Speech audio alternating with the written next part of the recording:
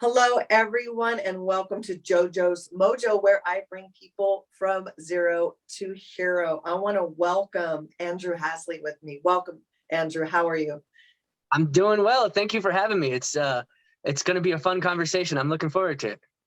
I think so, because I love relationships with people and I love building good, long-lasting, positive relationships. And so it's going to be awesome. And our viewers are going to really appreciate it. So when we come back from this commercial break, we'll be back with Andrew.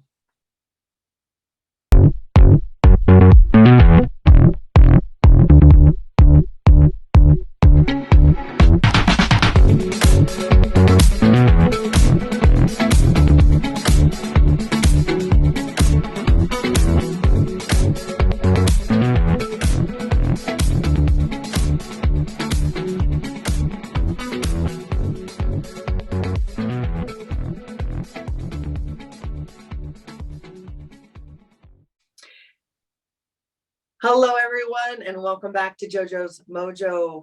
We have Andrew here. Andrew, I want to talk to you about what you're doing with your life right now and how much you've overcome in your lifetime and how excited you are about what you're doing.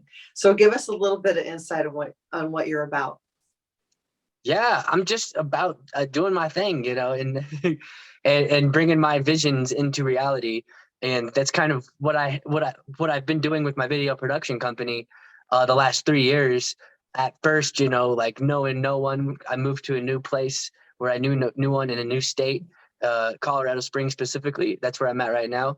And, started building from the ground up, not really knowing anyone or really like doing like the network side of business as well, like going all in on a business. I've tried and attempted to start multiple businesses like a decade prior to that, for an entire decade prior to that. But it wasn't until I ended on video production where I was really able to find mentors that helped me, mentors who had run successful video production companies before. I think that was one huge reason why I would keep failing in these other businesses. I mean, I was failing forward. I was learning a lot. Maybe it was just the right time, but maybe it was the right time for me to be open to, okay, I actually have to invest in myself. And I did. I invested more money at one point than I had in my entire life on one thing. And it was mentoring. It was training. It was like all this stuff. And I was like, okay, this is a scary endeavor. I put it on a credit card, And, so it's like very scary. We've all done that. We've all done that. But you know what? You meet pivotal people with each program that you sign up for. And it's it will be very profitable for you later. Yeah. And it was. And that was kind of thing. I was like, one of the free things they gave away in this course was basically teaching you how to sell. And while I was like about to buy it, I was like, did they just use this technique on me? And sure as hell, of course they did, And it made perfect sense, and like it was like it kind of showed you like they were saying it's going to like if this is able to help you get to where you need to go, then it's 100% worth it. And it was. And it's scary, you have doubt, you can be skeptical at first, and that's good. It's probably healthy to be skeptical on those kind of things. And but I really did my due diligence. I knew that I had to figure this out, and I felt like they had a lot of the answers that I needed to make it happen. And I did a 30-day sink or swim challenge, and I started swimming, so and it was pretty cool. Within the first 9 days, I was able to close a pretty substantial deal, which was more than the course itself cost. And it was like my first video production gig, and the person who worked with me, trusted me, saw that I was doing some cool things in the community, with some other people. And so, I just came out and networked and met people, started meeting a bunch of people, and just started growing the business from there. Obviously, it wasn't all like, it took a while for it to actually start really working. That first win, yes, in the first 9 days, but shortly after that, I was like, oh crap, I got to do this again. and had to do it over and over again. And it's like, for the first time, it's like when you jump off the deep end like that in a business, you're not having a steady paycheck every single month. You have to figure that out. You have to make that happen. And that's a lot of pressure. And, shortly like after that, like I experienced like a very dark moment for a few days, and that was like probably one of the worst feelings I ever had. And, but I'm glad I pushed through it. I'm still glad I did it, because it was very, very awesome, like to look back and see feel like it was all worth it. I don't know. and yeah, Well, so yeah, go ahead. it is worth it, because once you start the ball rolling, Mm-hmm. and it's like one obstacle, oh, I can do that, and then it just starts rolling and rolling and rolling and rolling, and then you get scared. Mm-hmm. Yeah, because it's an up and down journey, especially when you're kind of just I like to fly by the seat of my pants, and and sometimes it can be scary. At one time, there's this thing called the incline here in Colorado Springs. It's like 2,700 like steps up a side of a mountain. It's like a mile within like a very like short Wow. vertical, and like at the top of it, like it's also like a tourist attraction too. A lot of people will come. A lot of people like to train, like who are athletes, like to train on that like going up the incline is what they call it. And I seen there's a lot of traffic. It's like kind of touristy. So I carried up a cooler full of dry ice and popsicles to the top of the mountain and would sell them for a pay what you can model. Some people would pay 25 cents. One person wanted to give me $20 for one popsicle, just because he didn't have any change, and his friend stopped him. I was like, if you want to give me $20, I'm down. But some people would pay five. One person, they walked up there, they seen I was doing that, they thought it was super cool, and they're like, we'll buy all of them for $1 a piece, and we'll give them out to everybody. And like that was really awesome. Like the energy of the pay what you can model is just, I think, it attracts awesome people. I think. There's this. Good idea. I think I'm going to try that. There was the spectrum of that one guy almost giving me a 20, and then there's this like 9-year-old little girl who walked up to me when she seen the concept. She was like, "Hey, what I can? Well, here's a quarter for all of them." And I was like, "Oh crap!" But her dad thankfully was like, "No, don't be greedy." Well, it was a lesson for her. Yeah. No, for sure. And so No, it's that's like, so there is a flaw that people can be taken advantage of, but it didn't get taken advantage of.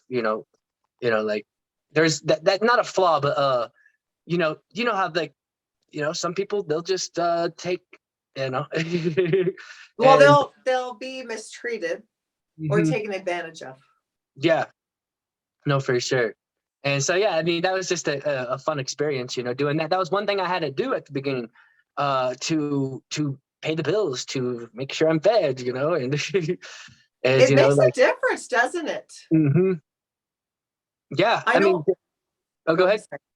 No, you're I fine. know that in a program like Mindset or Setting a Goal, which what you do is it hasn't happened yet, but you put it in present terms, and then you put a deadline on it, right? We can start again if you want. For Oh, what? that's better. That's better. No, we're good. It's just flowing perfect. I like the authenticity of the conversation. Oh, okay, cool. So, so what you do is you write, I am so thankful that I have $1 million by June 10th to 2022. And Hmm. you just write that over and over again. You look at it 3 times a day and you write it, and it causes you to get into the momentum of, oh my Hmm. God, I have to have that done by that day. So the pressure is a good thing, Yeah. Well, right? that's the goal setting aspect, and that's the first part of manifesting it. Is you have to set a plan into it, and then really the rest is all executing. You can't just do that and then do nothing, but it does open you up to the ideas and the receiving of the things that come your way for that. Uh, I'm recently starting a video game production company, a video development company, and the goal is to make it for small business. So we're going to make games for businesses, and that's kind of the idea behind that. Hmm.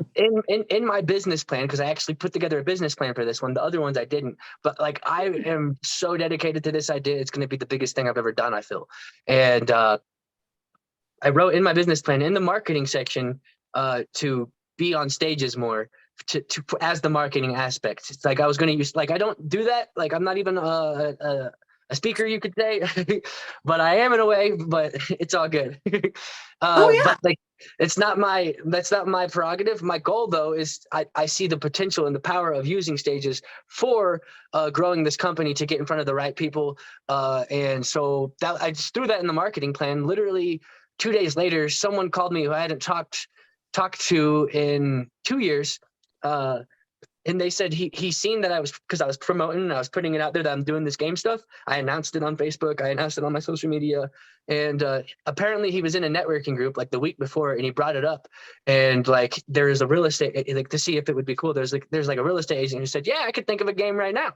And so like he called me up, and he was like, do you want to come talk at our networking event about your new gaming business? And I was like, I literally just said that's what I was going to do. Like, he had no idea. Someone I had to talk to, I didn't even know he was talking about me. But like, you never know who's watching. That's the crazy part. It's like, that's the business development part too, as well, with the 2 years, like 2.5 years of me nonstop networking every single day, building that momentum, growing that. And like, at first it was like a lot of work and no one knew my name, like just consistently. And now, because of my podcast, I've been recognized in public 4 different times by people I didn't even know.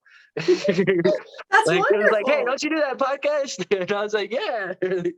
So it feels really good to be recognized like that. It's like, I feel like a local anchor man in the 70s or something. I don't Yeah.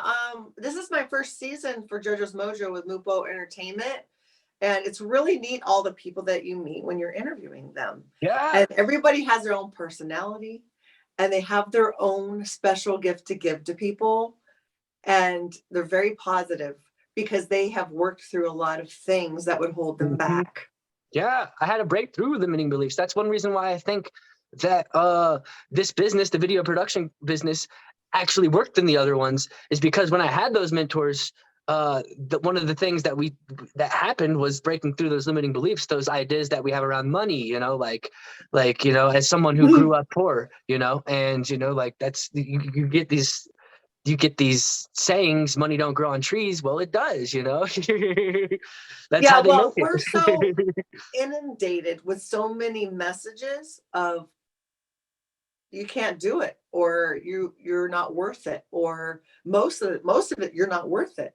Yeah, that's how I felt a lot, like I had these big ambitions wanting to start all these companies, but ultimately there was something that was probably my own limiting belief that was holding me back, but that's where they say, get out your own way, and like, that's where that comes from. So I know it works really well. I've done it.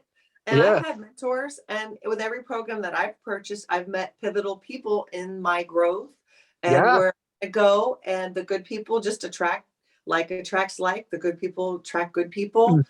And it just starts this snowball effect, which is the most amazing thing. And everybody has something to give. Yeah, definitely. Yeah, I'm excited. If you can tell, I'm just pumped about. You are, and you're pumping me up. You're pumping me up, and you know what? There's a lot of young people out there that doubt their self-worth. They doubt what they can do, and they doubt what they can accomplish. What would be one thing you would suggest for a young person? You tried for 10 years with no success, but you kept going. So what would you mentor a young person? I would tell them to go find a mentor. That's what I would tell them. I think that was one of the huge things that was missing in all those things, and not the right guidance with these companies, and a little bit of trying to do things, but setbacks happen in life. There's certain things you just can't control, but just to keep pushing through. You never know how long it's going to take. One thing that one of my mentors from afar, someone who I never paid, who, like that person on like YouTube that you may watch or something, or someone that just inspires you a lot on social media, on Instagram or Facebook, whoever that is, one of those people for me is Gary Vaynerchuk. And I don't know if you know who that is, but never heard of him. But one of the things he said 3 years ago when I was 27, let me give a little context too. He didn't see any like major success in life until he was like 36, something like that, and he's like 40 something right now, and like until his early 30s when he left his dad's company that he was working for, like building up and growing, But he was saying he would work at the liquor store from sun up to sundown every day in his 20s. And so his advice was close your eyes until you're 29 and just keep grinding, because it's very, it's an anomaly when things happen fast, like it can happen, but it's not typically how things work. So patience is the key, so patience and Yes. persistence Well, and I'm get a a part mentor. of a program that teaches you, his saying is, it's incremental, not monumental. And so step by step, inch by inch is essential, yard by yard is hard. Les Brown had taught me that saying. And Nice. so it's really important that we understand when we're trying to create something, it's a step by step process. So as soon as you created a plan, a business Mhm. plan, then you had a certain order about how you were going to go about doing what you wanted to accomplish. So Mhm. there is a certain amount of planning that needs to happen. Yeah, I think it's actually a very huge part. It's especially if you have very big goals. With Behemoth Visuals, my video production company, there was no really plan. It was just like, let's just get this thing to work. And there was things that I got from my mentors, and things like, and it was just execute. Just get, if you're executing things will work. But I could have had success faster, I think, if I had a plan. It took a while because I'm just now getting to the point where I have consistent success, and it's pretty awesome. Like, it was up and down for the longest time, and obviously I don't know. I know that can be typical, but COVID may have been a big factor in that. With the Yeah. shutdowns, literally me being 6 months into my business when the shutdowns happened, I was starting to get a little momentum, and then you just got knocked down, and so, and then the second shutdown, I was starting to get a little bit of momentum again, and then the second shutdown in December happened, and I like December around then was actually a pretty bad like time for me, like around this time last year, Wow. and it's not a bad time. It was an exciting time. It was a lot of challenges to overcome, a lot of when you're not being able to hit all of your hierarchy of needs, that can make it hard. It's and true. and Because if you so don't have the tools or the information or the knowledge, you're not going to know how to. mhm, So there's a big learning curve. for sure. Yeah, and and it was the persistence. That's a lot of the eating dirt. A lot of that. Just like it just, you have to, like, I think every entrepreneur goes through that, and like it's the ones who persist past those kinds of moments. It may look different for different people, but the ones who are able to push through it are the ones who get to the gold. And there Oh was a yeah. guy in Vegas who talked at the gala, actually, Greg Reed. If you remember him, he wrote the book 3 Feet from Gold, and that concept is actually mentioned in Think and Grow Rich as well. But 3 Feet from Gold is literally the story of the guy was like mining, digging, and like he worked really hard and he gave up, but he was literally 3 feet. Someone else came and got the gold and like hit all of it because he gave up 3 feet from it. That's And kind I of don't the know idea how for it. many times I felt that way, where there was Mhm. something holding me back. And it was me, Yeah. hands down. hmm And yeah, so I'm just really excited with what I got going with Behemoth Games. That's my huge main focus right now, and but my goal is to have one video game sold by the end of the month, and I set that goal at the Okay. beginning of the month. And so Okay. we're building, we're making things happen, lots of research, also a lot of editing for like while doing Behemoth Visuals, which is my video production company, because that's been booming as well. That's making me jazzed up. Well, I'm really excited for you because you really pushed through the barriers. You've done the work, and I'm really excited for you. So when we come back from this commercial break, we're going to talk about maybe a big dream you have, and you want to Mhm. talk about it that you haven't accomplished yet. And well, it'll be awesome to hear about that. Awesome. Well, I can't wait.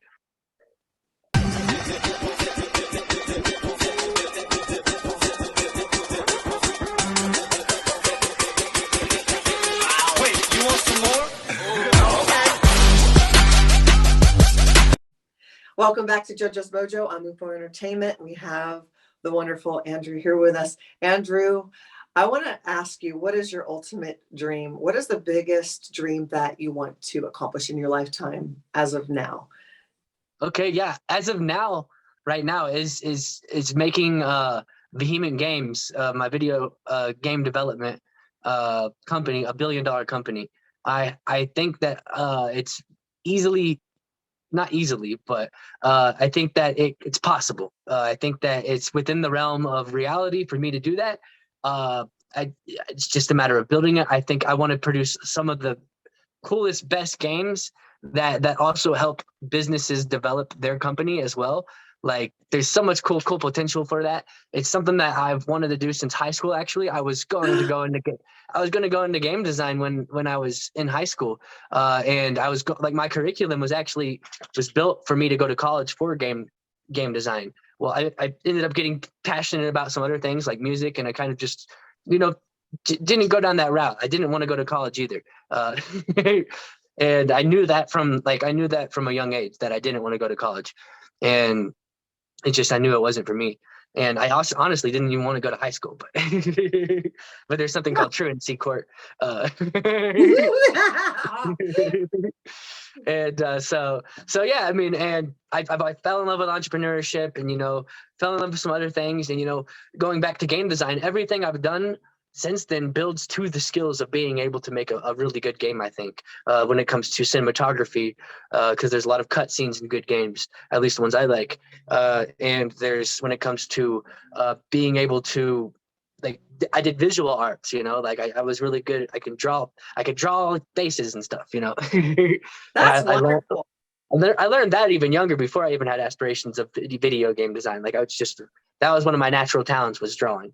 And then doing music production, there's a lot of sound effects, actually the music is a huge part of a game that brings you into the game, that really makes you feel. So understanding Yes. how to do audio production and audio engineering, I was doing that for a long time in my early 20s. And so it's like, I was making my own beats, audio engineering whole songs to sound good.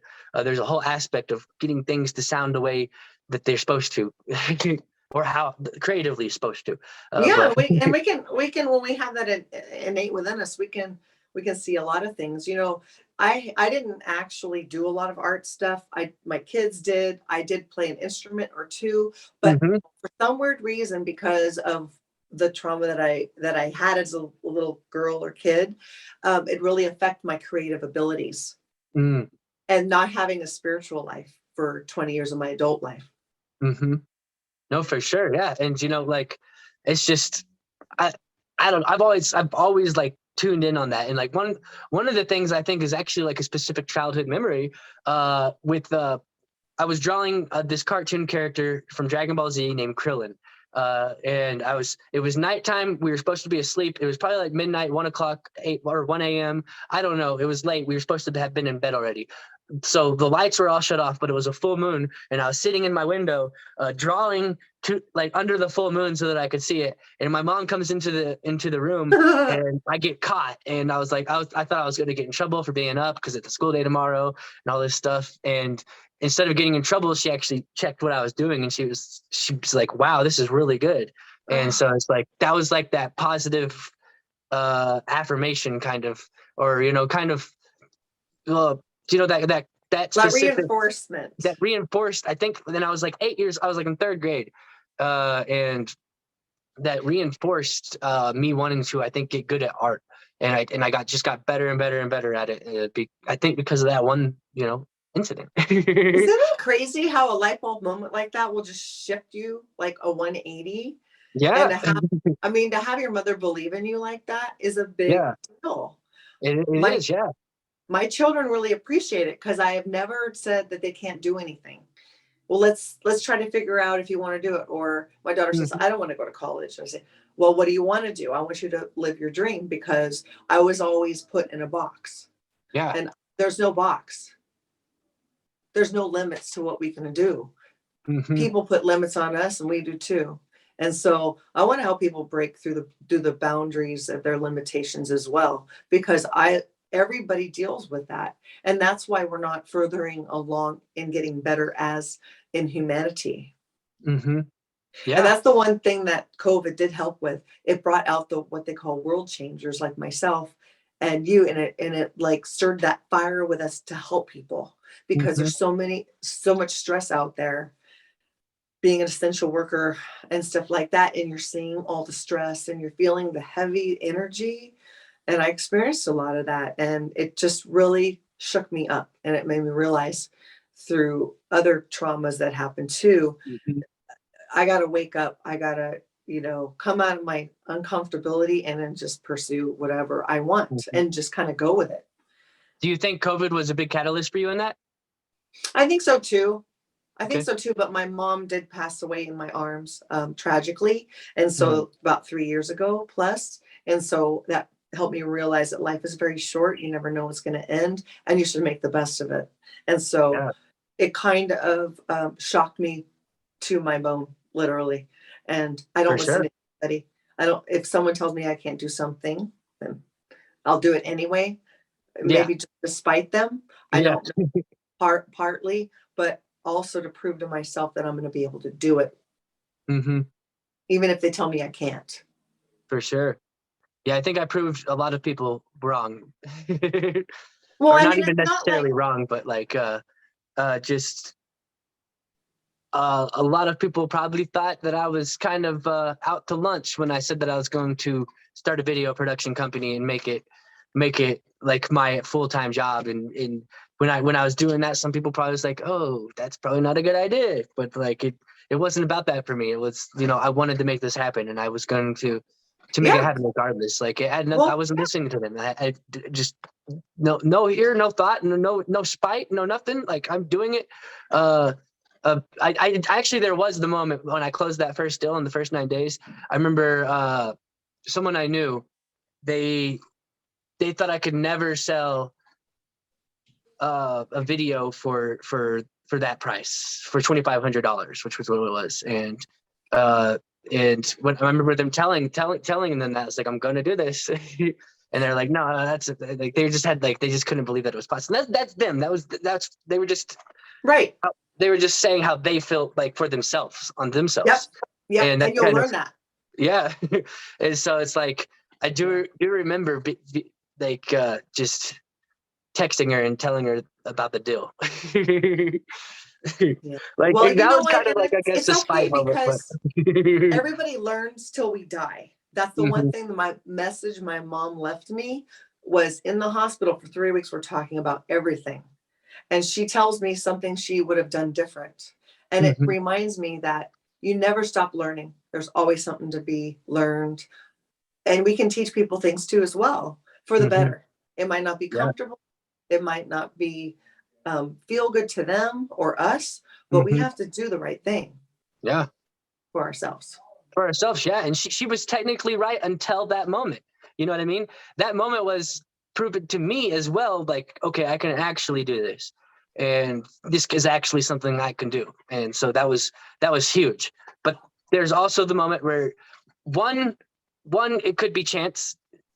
Do it 2 times, okay, maybe we're on to something. 3 times, this is no fluke. We're actually doing this. This is actually something that's possible, Yeah. Yeah. And you don't, if you don't try, you don't know.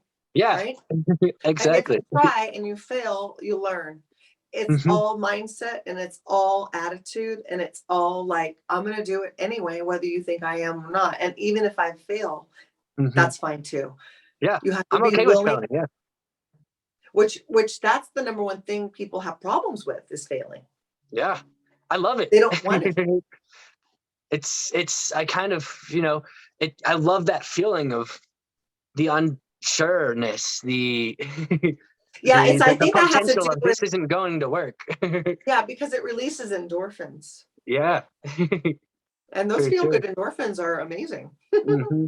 Yeah, and yeah, it's cool. So Yeah. yeah, so that's my big goal right now, is to hit that mark on building out my business plan. Right now, I'm on the section of the financial forecasting part, so I'm going to work backwards from that Okay. Okay. $1 billion mark, and figure out what I need to do today, every Okay. single day until then. Wow. Wow. You were on fire. Yeah. I think that's awesome. Yeah, I'm excited, and I think, to be a company like that, it's either become acquired by a big company, and sell the company, or Yeah. or build, like, to be able to do that much in volume.